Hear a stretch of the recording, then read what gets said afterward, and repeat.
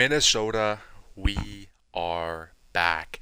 Welcome to episode 2 of the Minnesota Wild franchise mode, where today we got a lot to do. We got a lot to talk about. We are going to sim the first half of the regular season in this video, and we are also going to make two potential trades. But there are a couple things that I need to talk about before we do any of that.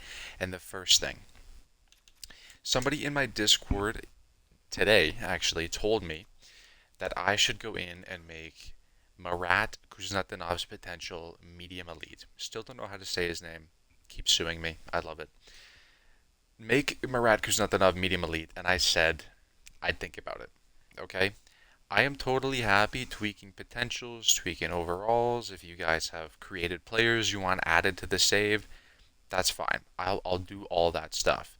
But I don't want to make this guy who I've never heard of medium elite. I don't know anything about this guy. I don't know how he plays. I don't know anything about this guy. Never even heard his name until yesterday when I started up this franchise mode. So I figured that I would meet in the middle. He was high, medium top 9, I think, when we started. But I restarted the save, and I changed his potential to low elite. So a little bit of meeting in the middle there on Marat Kuznetsov. He is now updated to a low elite sniper.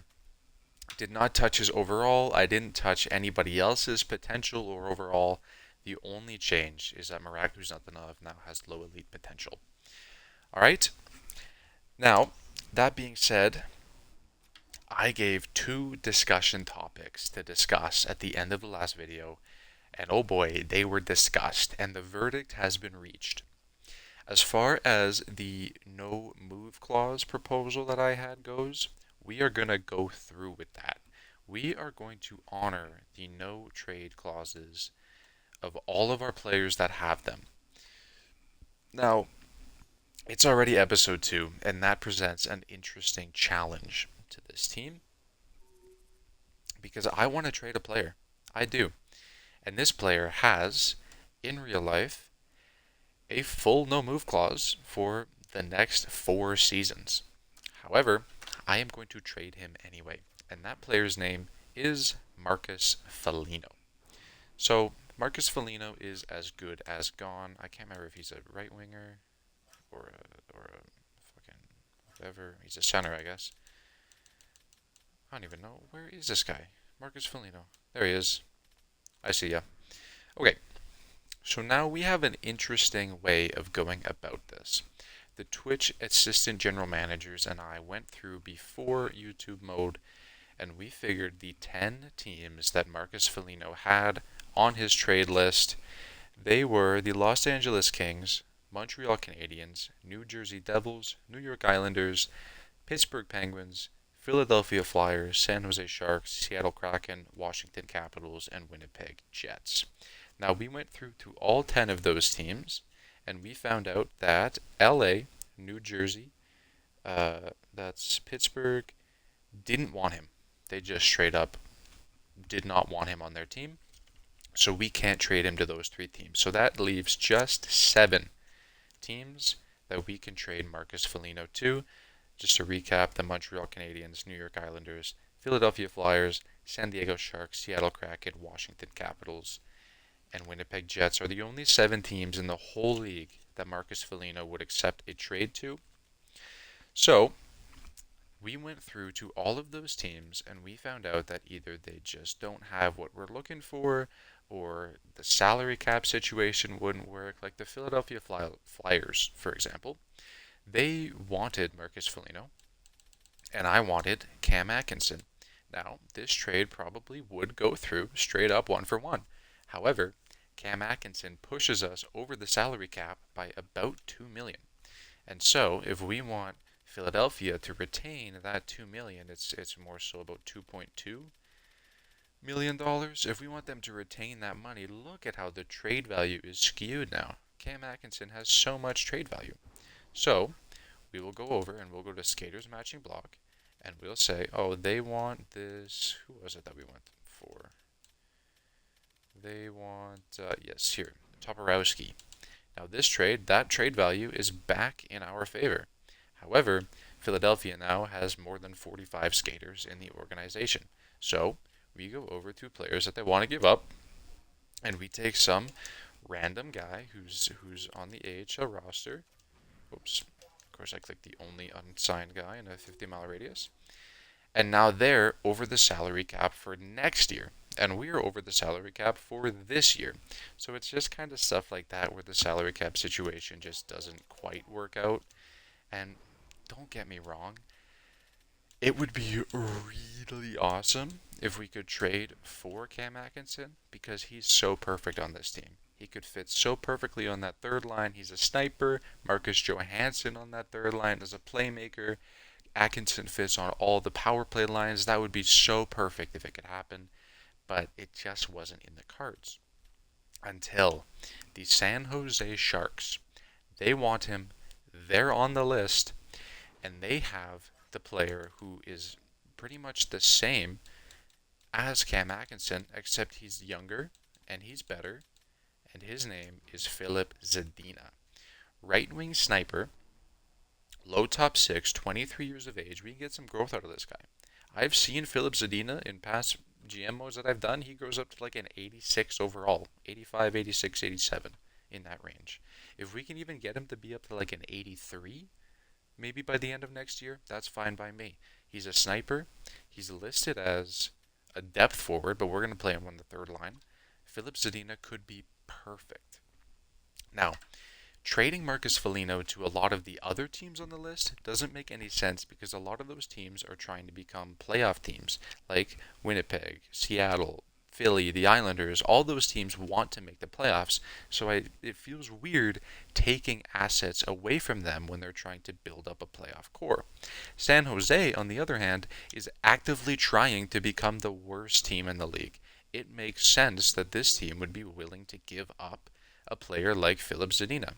Now, why it makes sense that they would want Marcus Foligno, who has a $3 million cap hit, and, correct me if I'm wrong, he has an insane extension kicking in after this season as well. I thought... Yes, he does have that 4-year, $4 million extension kicking in after this season, which is another reason why I want to trade him. Now, why San Jose wants a player like that, I have no idea. In this game, they do, and that's good enough for me. Filip Zadina for Marcus Foligno, straight up, rejected. I thought that might happen.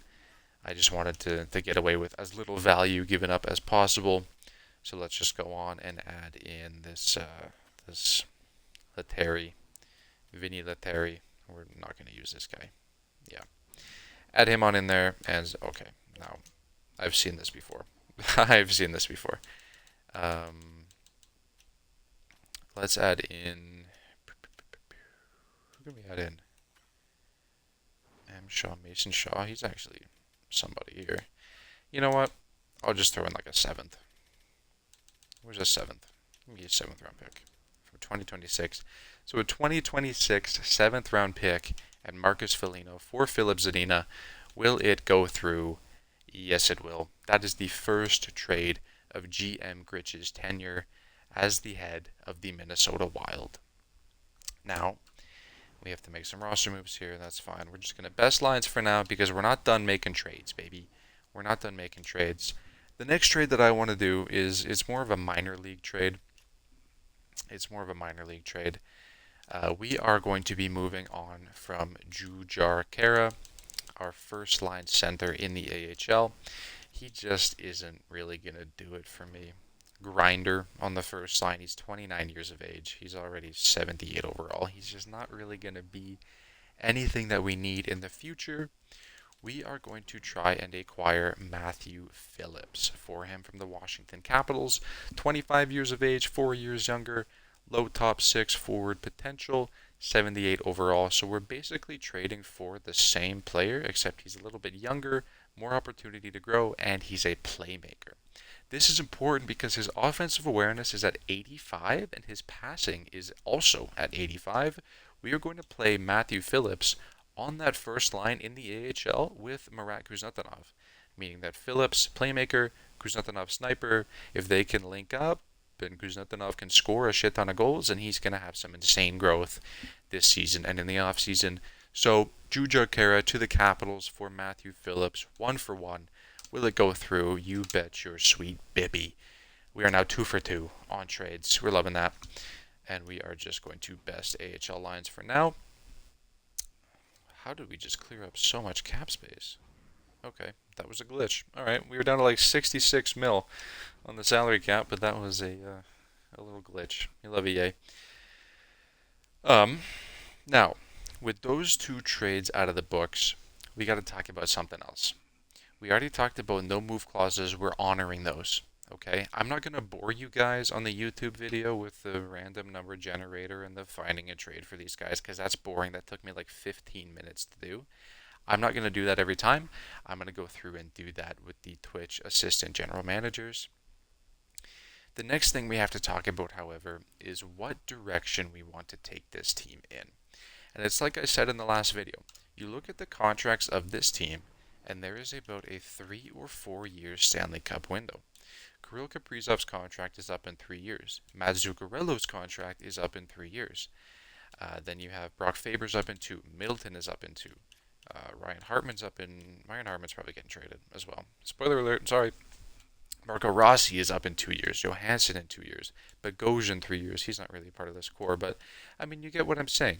A lot of these guys have 3 or 4 year contracts, 2, 3, 4 years, where this team can be competitive in that timeline. Matt Zuccarello is going to be 39 at the end of his contract. If we try and wait until then to compete, he's going to be like 82 overall. You know, there's not going to be any value in waiting for these 30-year-old players to just get even older.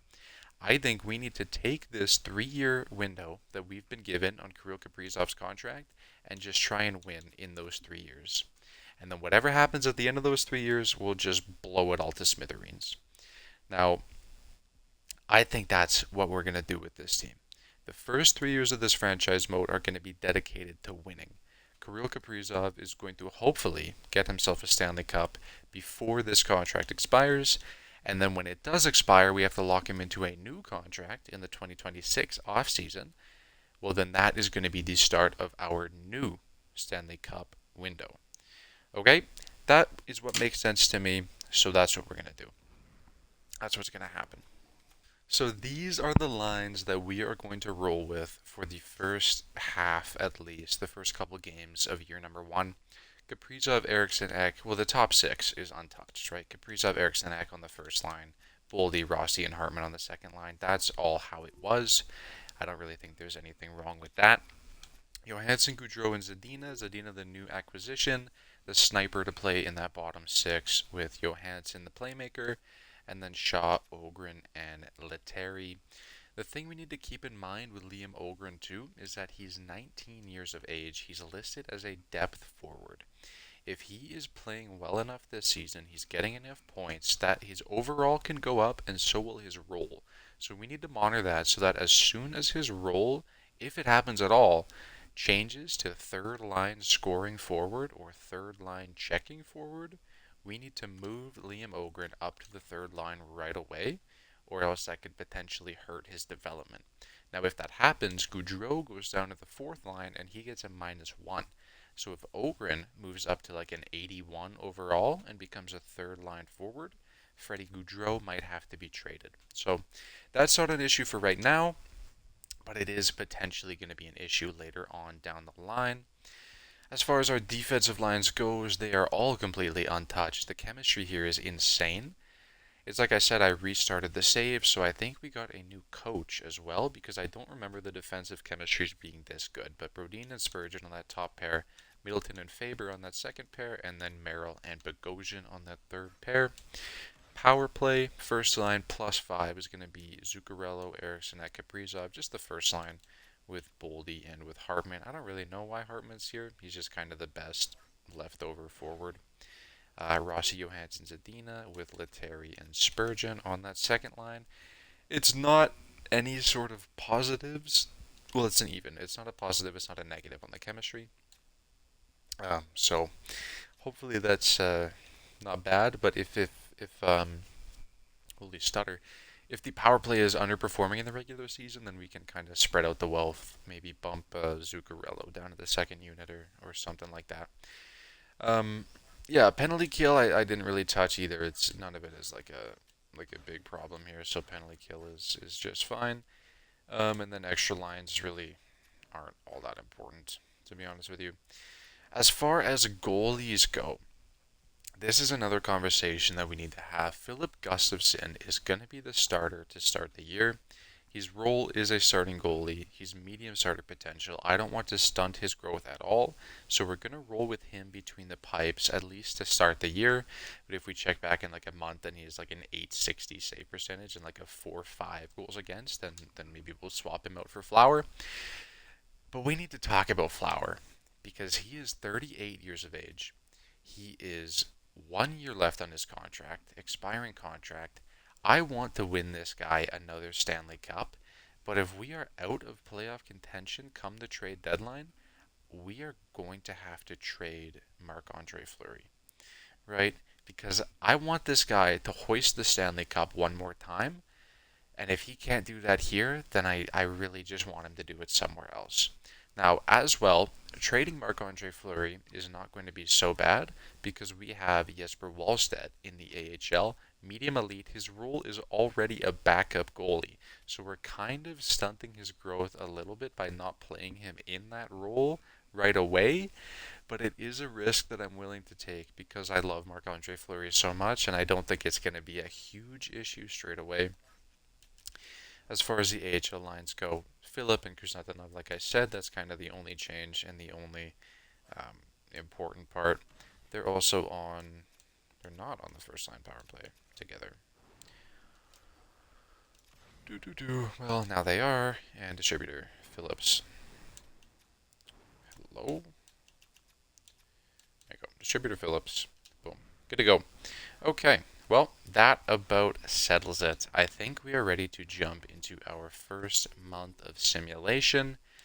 The one thing that I'm going to do, though, is we are going to jump in and slow sim the first regular season game of the season. That is our home opener against the Florida Panthers. But here we go. First game of the regular season against the Florida Panthers. Let's go, boys. Let's go. Defending Stanley Cup champions, and we score right away. See, Ryan Hartman. That's exactly why we don't trade him. That's exactly why we don't trade him. Because he's the best goal scorer ever. But Carter Verhaeghe gets it back. A lot of power plays going on in this game. The Zebras are not putting the whistles away. That's how you know it's not the postseason. But here we go. 5 minutes left in the first. We get another power play, and we're like 0 for 4 on the power play now. I think both teams like a combined 0 for 6 on the power play. Let's go second period. Out shooting them. Another power play for Florida. Another power play for Florida. Jesus. And still no goals. 10 minutes left now. Ooh, another power play. Now it's 10 minutes left. We kill that one off. Nobody here can score on the power play here at the XL Energy Center. But here we go. 2 minutes left in the second period. And nothing. 1-1 game. After two. Let's go. Third period. I got nothing to say. I got nothing to say. We need some more shots, though. They're out shooting us, and that ain't good. Power play for Florida, and finally, somebody scores in the power play, and they get another one. They get another power play immediately after. What the hell is going on with this discipline, boys? And now we get power plays and we can't score. The hell? Undisciplined hockey club here in Minneapolis. Unbelievable. Another power play late, and nothing comes from it. We drop it 3-1. Show me the penalty statistics here. Double minor penalty for John Merrill. So that's 1 for us, 2 for them, 3 for us, so 4-2. And then, Jesus, brother. 6 penalties for both teams. We had 6 power plays, and we went 0 for 6 on the power play. I'm not even gonna. I got nothing to say. I got nothing to say. We lose game 1 of the regular season. There's not much we can do about that. Let's just keep simming here. Let's just keep simming. We got let's just go weak. Let's go weak. Got on the road against Toronto. We're gonna lose that one 5-1. We got blasted. I'm gonna take a look at this. So Alex Goligoski, he is a great depth piece in the AHL, but we're not using him. So if we can get maybe Kyle McDonald, medium top 9, does not really impress me. We lose on the road against Montreal too. Jeez, we're off to a 0-3 start already. Yikes, come on, let's get a win here. There we go. Shootout win against the Kings and a win against Columbus. So, horrible start, drop 3 in a row, but then you win 2 and it doesn't look so bad. Let's take a look at some of the points here. Ryan Hartman, our leading point getter with 3 in 5 games. Not ideal. Mason Shaw, the fourth liner, also has 3 points. Boldy, so that first line is not clicking very much. Just 2 points for Kaprizov, 2 points for Eric Stanek, and Matt Zuccarello has 1 assist. So, that's not awesome. That's not awesome. Maybe we bump up Boldy to that first line for a little while. Let me just see what's going on in terms of the power play on this team. Power play percentage. We are 40%. Oh, point percentage. Sorry, I can't read. Hang on. Power play percentage. 11.1. Okay, that's got to change. I think a lot of that to do is with Matt Zuccarello. Penalty kill is worse in the division by 15% as well. So the special teams are really letting us down here. Let's see what the goals against per game is at 3. Goals against per game is at 3, and the goals for per game is 1.4. Okay, so we need a little bit more offense from this team. We're gonna make some line changes already. I'm just gonna bump Boldy up to that first line, and then Zuccarello down 1. I think that's gonna be just fine. As far as a power play goes, we're gonna drop Zuccarello for Johansson, and hopefully Zook does not help with that chemistry at all, which sucks. But hopefully he can help with some point production here. So yes, okay, that's all good. That is all good to go. Penalty kill. I don't even know how we can change up this penalty kill, because it feels like this team is supposed to just be an insane defensive team, but just not playing like that. So I guess we'll see. Going up against the 4-1-0 Edmonton Oilers. Maybe it's just too early in the season. Maybe we're just having a rough start to the season, and we'll figure it out. But the Edmonton Oilers now at home, 4-2 loss. All right, back to back here on the road. Philly, then Washington. It's a win, then a win. Okay, and just like that, we're 500. We're 4-4-0. Now 2 games in a row against the Devils, 1 on the road. It's a 6-4 loss. A 3rd round pick from the Rattlesnakes for the Leafs. Ooh, I might actually say yes to this. Rattlesnakes are 3-5-0. They want to give me Detroit's 3rd, okay, Detroit and a 3rd, not even close. Toronto's 4th, and they want my 5th and Goligoski for 2/3. This could basically be like a 2nd round pick though. Because if this team is poor enough, then it basically is a 2nd round pick. But let's go. Maybe I can get the 2nd round pick for that haul instead. I feel like that would go through. Because I know the Leafs are good, so that's a very late 4th. We're not going to be spectacular this season. So that's probably going to be like a mid 5th. But if this is like an early 2nd round pick, then it's basically a 1st. Maybe that's going to go through. Trade rejected. Okay. Well, then maybe it's just not meant to be. There's not really any other assets that I am looking at giving up at the minute. Maybe just this medium 7th D kid for, yeah, that's fine. I don't really need to make any trades right now. I don't really need to, but we lose 2 in a row against the Devils. Let's go here against the Rangers at home. What do we got? Overtime loss. Alright, so we are now... Where are we? We are 5 points out of the wild card.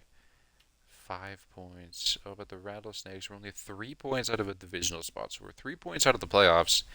If we win even 2 of these next 3 games, we're in a good spot. That's a win there against the Islanders, a shootout loss, and then a regulation loss. And now we're still just 3 points out. Let's go here against Dallas. This is an important game here. Big game here, 4-0 shutout win. Let's take a look at this Hendrickson kid. I'm just gonna take a look. I'm just peeking.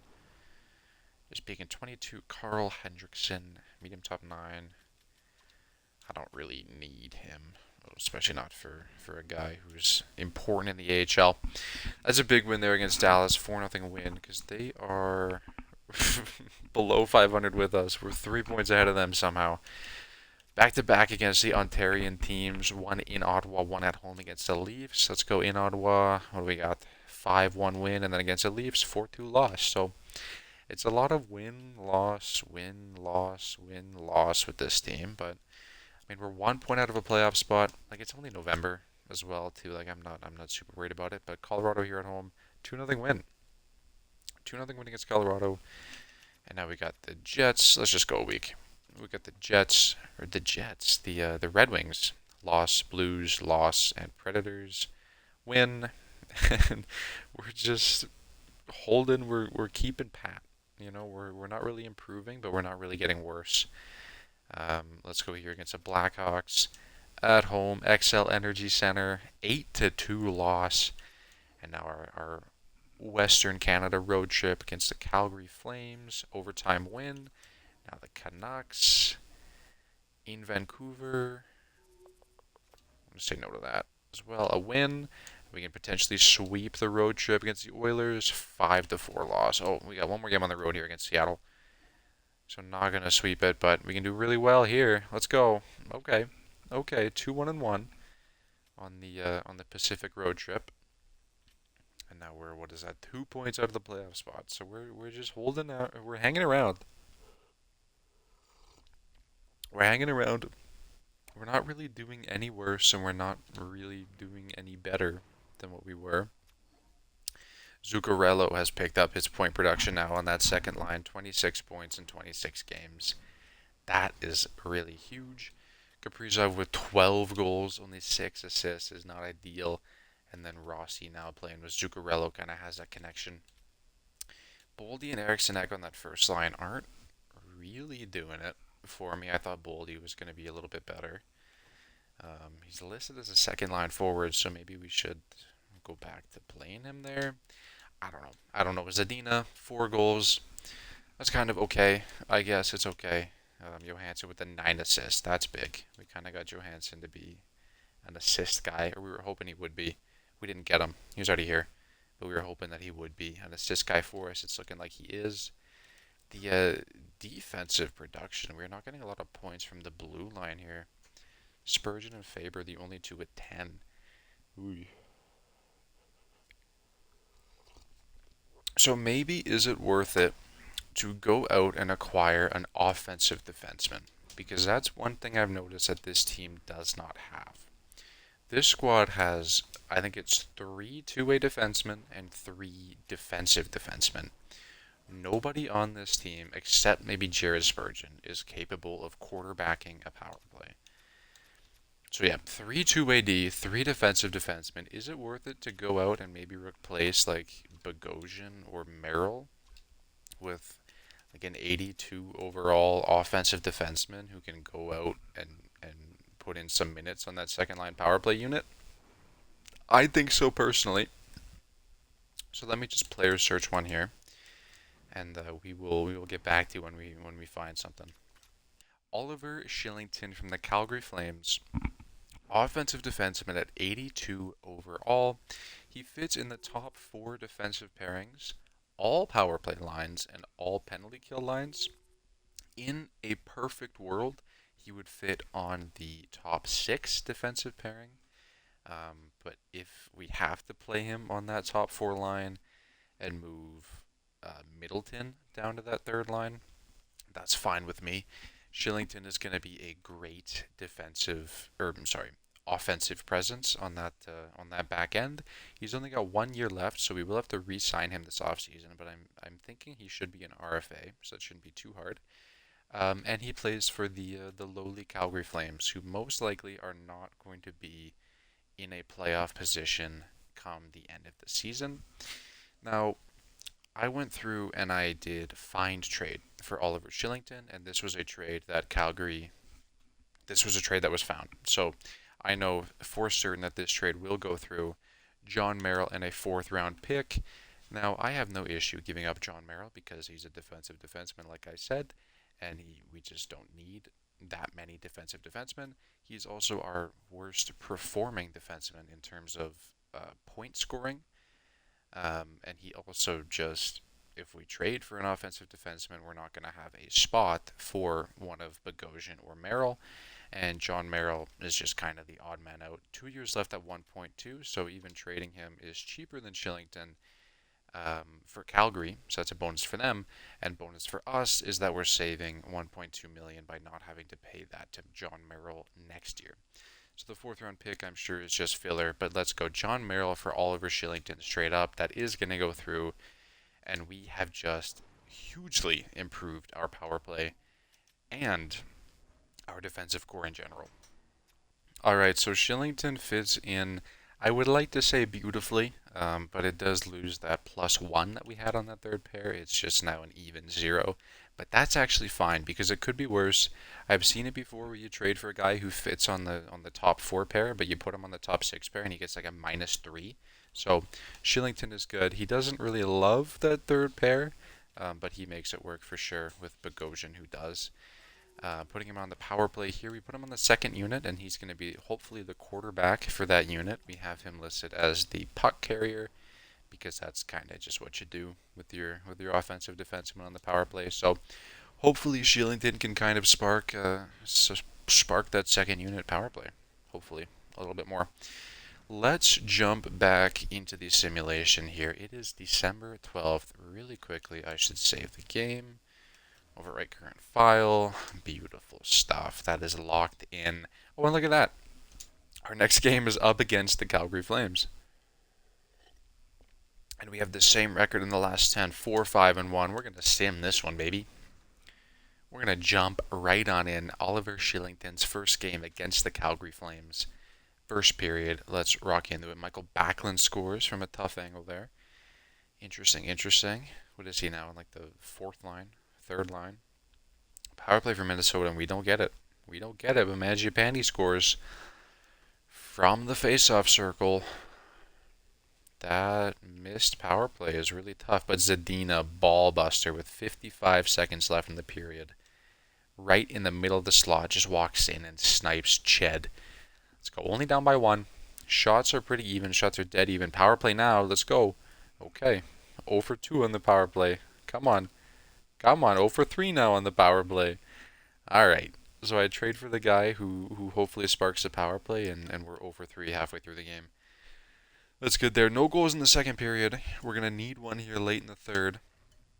Let's jump into it. I got nothing to say. We're out shooting them. But Yegor Sharangovich and Andrei Kuzmenko. And now the floodgates open. Maybe not. Brock Faber. Okay, yep, okay. Power play for Calgary. That's going to just about do it. Rasmus Anderson, I think, has put this one on ice. And if he didn't, Blake Coleman definitely did. That's tough. There. Was that now 0 for 5 on the power play in this game? Let's see. 1, 2, 3, 4, and 5. 0 for 5 on the power play. So, not ideal in the slightest. But maybe that was John Merrill who was helping their penalty kill shut us down. Who knows? Here we got one against Vancouver, then back-to-back Pittsburgh and Boston. At home versus Vancouver's a win. On the road, we win against Pittsburgh and lose against Boston. Then we got at home against Montreal. Another win. So we're 14, 14, and 3. Now at home against Boston. Oh. Ooh. I really want to say yes to that.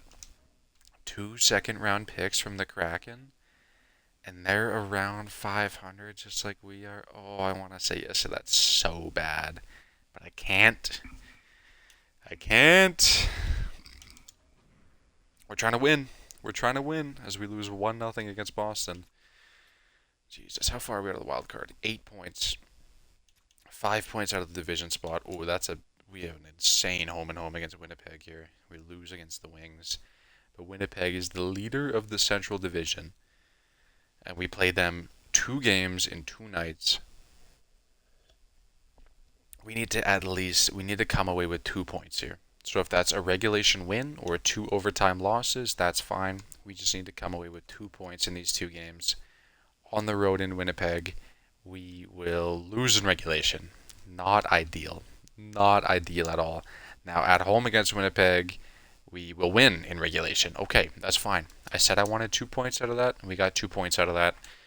Let's go through here to this against Dallas here. We played Dallas back-to-back. Win against Calgary, that's nice. 1-1 against them after the trade.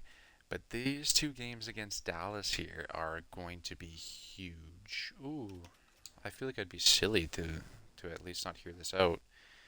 Los Angeles second for my third, Toronto's fourth, and Will Butcher, who is he actually doing anything in the AHL? 15 assists is very solid. But if I get a second round pick for him, maybe what happens if we take him off? And they say no. Okay. So Will Butcher would have to be a part of this, unless there's somebody similar to him. Like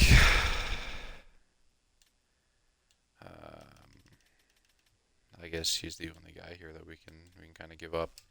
So I don't know. That's tough because LA, they're gonna be a playoff team, so we're basically just giving up a fourth and Butcher for nothing because this third is gonna become the second, which is pretty much a third. So I don't know. I'm gonna say no to that. But we win against Columbus, and now this is big here. The Stars.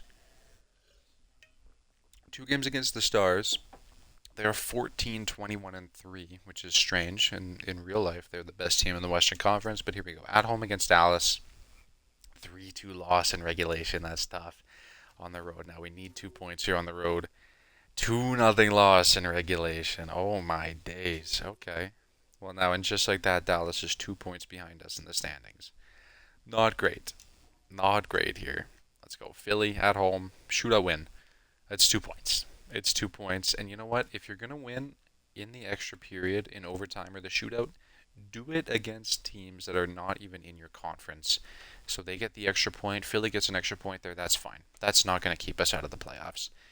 But here we go. The Utah Rattlesnakes. This is our first regular season matchup with the new look Arizona Coyotes. It's the Utah Rattlesnakes.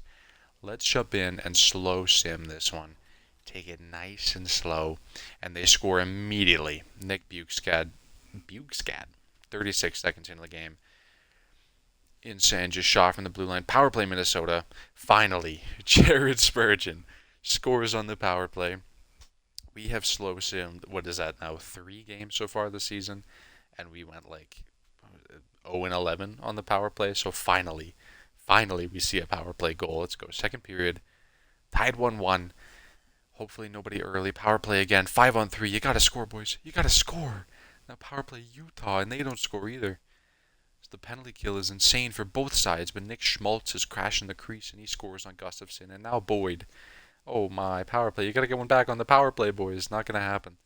It's just not gonna happen. This team is just not built to score. Which you kinda have to if you want to win hockey games. You kinda need to score once or twice. But here we go. Ryan Hartman from the blue line, and just like that, we're tied, baby. Freddie Gaudreau from the Hashies. You gotta kill that penalty. You gotta kill that penalty. Because if all your penalties are getting killed, then you gotta not let them score on the power play. There we go. Jared Spurgeon again. This is an insane third period. I don't know what Jared Spurgeon is doing at the top of the hash marks on the power play, but I mean it works, right? It works. And we're gonna jump into this one. We're gonna watch overtime, baby. So here we go. The overtime has started now as Sean Durzi skates it in across the blue line for Utah. A shot on his glove down by Gustafsson. What a sexy, sexy Swedish man between my pipes. I could have worded that a little bit better, but here we go. Second face-off of the overtime frame. Eriksson Ek is out there versus Schmaltz. No changes in the lines. Now, I did make these jerseys here for the Utah Rattlesnakes, and I spent about 5 minutes on them. I don't think they're that bad. I'm not going to lie. I don't think they're so bad. I've definitely made worse jerseys in my day, but, you know, I've also made better ones. But here we go. Oh, Kaprizov with the interception. He's back on it now. Partial break. Over to the Eriksson Ek. Shot goes off the blocker of Ingram. Now battle for it in the corner. Thursday comes away with it to Keller, up to Schmaltz. The Rattlesnakes are breaking it out. Schmaltz burns Spurgeon. In on a breakaway, he passes it behind him to Keller. And Sean Thursday gets stoned by Gustafsson. Now out front to Keller. Shot on rebound is saved again by Gustafsson. Now if the Wild can somehow manage to score on this rush, it will be solely Gustafsson who is responsible, but Kaprizov is stoned by Ingram. Into the middle, the shot is blocked off the stick of Matthew Boldy. Back and forth action, end-to-end, 200-foot game. Michelli tries to pass it, but is knocked off his stick. And now it's out in front to Michelli, and a beautiful save by Gustafsson. We're going to switch up the lines here. Gustafsson is putting the team on his back right now in this overtime frame. But here we go. Marco Rossi versus Alex Kerfoot. Toronto Maple Leafs legend Alex Kerfoot is going to lose the faceoff to the rookie. Now Matt Zuccarello coming up on a 2-on run with Brock Faber, who loses the puck to Moser in the slot. Now Kerfoot comes back the other way. It's a 2-on-0. Kerfoot and Michelli. Michelli is stopped by Gustafsson again. My goodness, we're going to leave those lines out there. Don't switch them up, boys. Everybody on this team owes Philip Gustafsson the just nastiest 12-ounce steak if this team can somehow win the game. Now Moser just walks in. Michelli, the shot is gloved down by Gustafsson again. But it's another offensive zone faceoff for the Rattlesnakes. They have full pressure. If they win the faceoff, it could potentially be game over here. Marco Rossi needs to win this draw, and he will. Back to Brock Faber. Now the Wild need a breakout. Up to Zuccarello, and it's out. 2-on-1 now, Rossi and Zuccarello. Rossi into the slot. Shot saved by the glove of Connor Ingram. Let's try and get the first line out there. Offensive zone face-off. I want that first line. So do they. And their first line is a lot more rested than ours. But here we go. Eric Stanek versus Nick Schmaltz. Who's it going to be? It's going to be Schmaltz. Kicking it back to the point. It's Moser. Breaking it up. And he's got two guys on him. He's just going to skate by them both. The AI in this game is useless. Keller into the slot. Backhander stopped by Gustafsson. But the rebound is there. They're calling no goal. They're calling no goal on that. They're going to call goaltender interference on that for sure. Absolutely. He tried to cover that, but he couldn't. Clayton Keller was all up in his grill. It's going to be no goal on that. That is ginormous. That is ginormous. Here we go. Rossi. Back to Faber. Now looking it up. Rossi. Over to Zuccarello, but it was knocked down by Moser. The saucer pass was almost beautiful. I would love to see the team shoot a little bit more, but here comes Schmaltz behind the defense, and he goes off the post with the shot. Keller now down low, trying to kick it to a teammate, but he takes it himself. Now it's Faber, the defenseman, trying to break it up for the Wild. He's got no help with him. But the toe drag, puck squirts free. Oh my! Connor Ingram almost played it directly onto the stick of Matt Zuccarello. Insane hockey is being played here in Minneapolis. Joel Eriksson is out there against Kerfoot. He's going to lose the tie-up face-off. Now it's Michelli trying to break it up to Moser. Push him to the outside, boys. He let him skate into the middle, and he hit the post. Oh, my God. Faber now to Kaprizov. He's got a break. Kaprizov all alone into the slot, and he roofs it off the crossbar. Is Kaprizov. Now it's Moser back the other way across the blue line. Skating it to the boards. He's got some free ice now. Moving it down low to Michelli. Kerfoot out front. Saved by the blocker of Gustafsson. Moser wins the race, but he gets crushed along the boards. Now it's Eriksson. Moving it up to Faber, the defenseman with a breakaway now. 10 seconds to go. Brock Faber, what a save by Connor Ingram. Oh my God. This is incredible. This is insane. My blood pressure is rising right now. Let's make a line change here. Second line, get out there. Second line, get out there. Rossi versus Cooley. Rattlesnakes' first appearance of their third line. Excuse me. Cooley wins the face-off to Dursey. 5 seconds left in the overtime period. Looks like we are going to be seeing a shootout now. Oh, man. That was an insane overtime. I'm not going to lie to you. So many breakaways. So many shots. So much. A goal. There was a goal that was scored, and it was called back. But we have to go in and see the shootout now. What is going to happen in the extra frame? Clayton Keller, the captain of the Utah Rattlesnakes, the first shooter, coming in now. Onto the backhand, and he scores. Philip Gustafson had an answer for everything in the overtime frame, but the first shot in the shootout leaves him speechless. Frederick Gaudreau is the first shooter for the Minnesota Wild, and believe it or not, he did not score. Lawson Krause, sorry, that's Matthias Michelli now for the Rattlesnakes, and he goes through the 5-hole and off the post. I thought that was a goal for sure. But here he comes now, the most dangerous player on the Minnesota Wild, Kirill Kaprizov. Oh my god! Oh my god! The Gordie Howe. Kirill Kaprizov nails the Johnny Superb man Gordie Howe. Makes it look even legal? I don't think so, but they're going to count it. Kirill Kaprizov evens the score. Schmaltz puts the Rattlesnakes ahead one again. And now, if the Wild do not score, the game will end. God Lord, what a goal from Kaprizov, bro. What an insane goal. Here it is. Who is it? Is it Ryan Hartman? It's Matt Zuccarello. Here we go. Straight shot now. Forehand, backhand, and he can't get it done. And that's going to be the contest. The Utah Rattlesnakes will win in the shootout. Keller and Schmaltz score. Connor Ingram is hitting the gritty on my screen. My goodness. My goodness. Unbelievable scenes here in Minnesota. What a game. What a game. Now, I don't really know exactly what I saw, or exactly what that game was, but shootout loss to the Utah Rattlesnakes, 5-4. My plan was to take it up to the trade deadline in this video. Pardon me, but I think that we are just going to finish out the month of January here. That is, what is that, 7 more games. A couple of them on the road now, so we got one against the Islanders at home. Let's go. We need to rattle off some wins here. We need to rattle off a couple regulation wins. There you go. That's a 4-1 win against the Islanders. Tampa Bay 26-15-3. This will be a tough one. This will be a tough one, but we win 4-1. And now both Florida teams are incredibly good. Second and third in the Atlantic Division, the Panthers 25-15-4. We need another one here. Need another one here, and that just like that, folks, that is 3 regulation wins in a row, and your Minnesota Wild are 1 win away from, or we're over 500 now. We are over 500 now, but we are, what are we now? We are 3 points out of the divisional playoff spot. It's currently being held by the St. Louis Blues. In the wild card spot, we're not even going to worry about the wild card spot. But here we go. On the road against Carolina, need another win here. We lose in overtime, that's fine. We get the extra point. The Blues lose as well. So now we are 2 points behind the Blues, but they also have 2 games in hand. We've also played 2 extra games than the Blues have. But we got the Capitals at home. Let's go. Need a big one here. Need a big one here. And it's a regulation loss. It's a regulation loss. So we had, what is that? 1, 2, 3, 4, 5, 6. 6 games in a row where we got at least 1 point. And it ends at home against the Capitals. But here we go.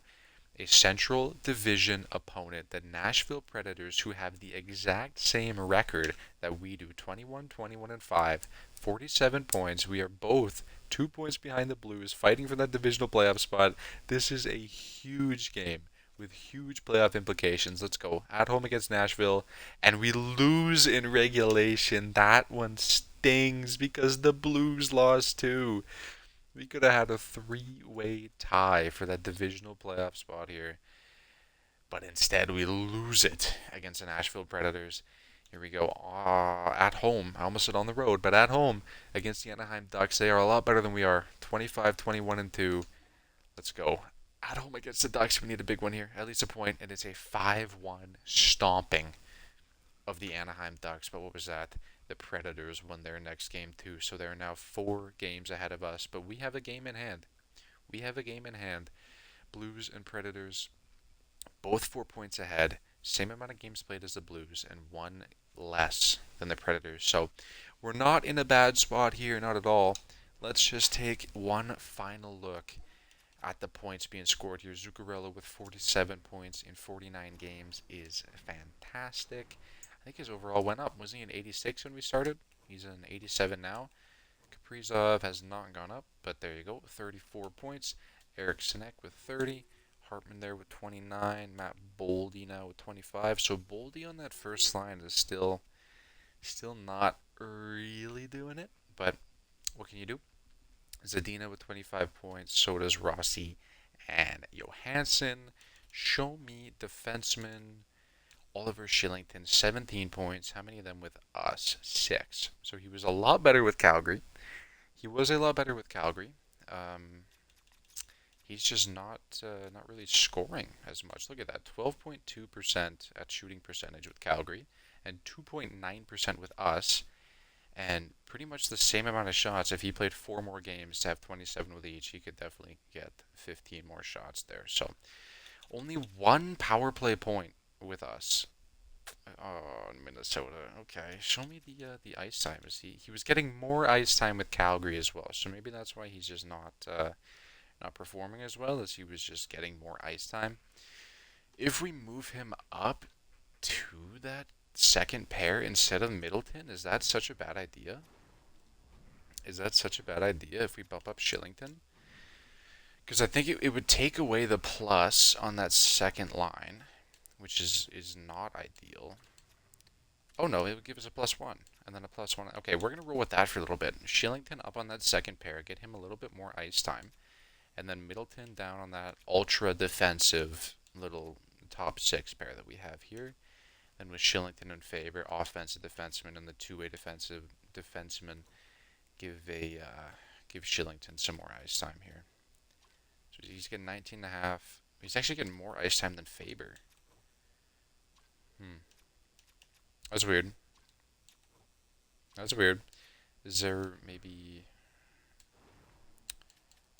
some way that I can tell him to play the second line a little bit more? I don't think so. But yeah, Shillington in theory should get more ice time because Bogosian's only getting 14 minutes and Faber's getting 18 minutes. So hopefully he'll get some more ice time there. And on the power play is still it's looking good. I need to jump in there and actually see the power play percentage. That's what we need to do as well. So the goals for per game, we were at like 2.6 last time. Now we are at 2.8. So that's going up. Goals against per game, I can already tell that went down. I think we were at like 3.4, and now we're at 3. So we're coming back down, regressing to the mean a little bit more. Power play percentage got worse. How did it get worse? It was up at like 18.3, and now it's down at 16. So how did the power play get worse when we put Shillington on it? I don't know. I don't know. How about the penalty kill? I think the penalty kill stayed about the same. Third best in the division. So, I don't know. I don't know. We really need a spark on that power play. Maybe we just need like another second line scorer on the power play. I would like that to be at least up at like 18, 17, 18% for the power play. I don't know. I don't know. Maybe we need that second line scorer instead of Hartman. That's kind of what I'm thinking. We need like a second line guy here. We move on from Hartman and get like a power forward that scores, or just a pure sniper. I don't know. That's something to think about. That is something to think about. So 2 questions. Do we move on from Ryan Hartman early? My plan was to move on from Ryan Hartman at the trade deadline. No matter what, winning or losing, Ryan Hartman is going to be gone at the trade deadline. But do we move on from him early? And second question is, how do we fix this power play? All right, well, thank you guys so much for watching. Really appreciate y'all coming out. And yeah, let me know what you think about that. So yeah, thank you guys for watching. We will see you in the next one.